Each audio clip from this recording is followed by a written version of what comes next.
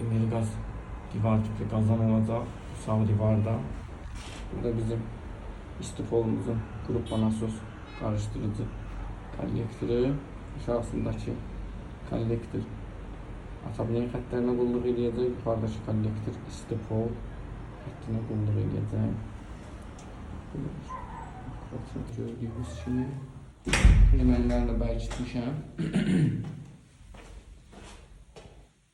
Burada da pəncərənin ağzına radiatora gələn xəttdən belə istifol tipli bir şey vermişik.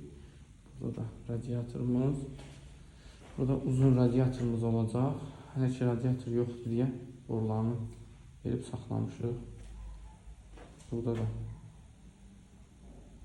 belə bir şey. Bu qara izolyasiyalar keçirilib boruların üstünə. Bütün traniklər belə bağlanılır, uqonliklər bağlanılır. Heç bir yerdə açıq işinə görsənmir. Bu bizim camaşırxanamızdır. Burada boruların arasında 20 sant vermişəm. Oradakı yaxın olan borunun, istədiyim ki orada şaxta divardır, pastiyanlı soyuq külək oynayan divardır. Yaxın bir vermişəm ki gələn soyuğu qarşılasın. Burada bizim camaşırımızdır üstündə. Burada bizim paltar yanımızdır. Üstündə paltar buradan olacaq. Burada da bir moyka olacaq. Hər hansı bir ayaqqabı falan yumaqdır. Burada bir trap. Əsas qapının girişi. Böyle bir istifol olacaq. Hələ ki buranın istifolu çəkilmir. Çəkib onu da paylaşmayacaq. Bu radiatorda gördüyümüz kimi.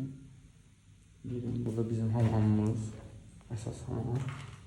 Burada da şuka tipli radiator olacaq.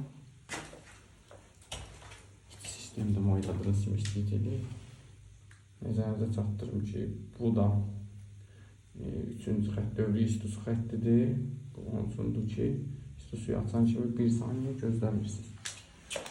Və burada belə bir yaxınla çəkmişəm. Koridor, şimdi də ayaq altı daha isti olsun. Burada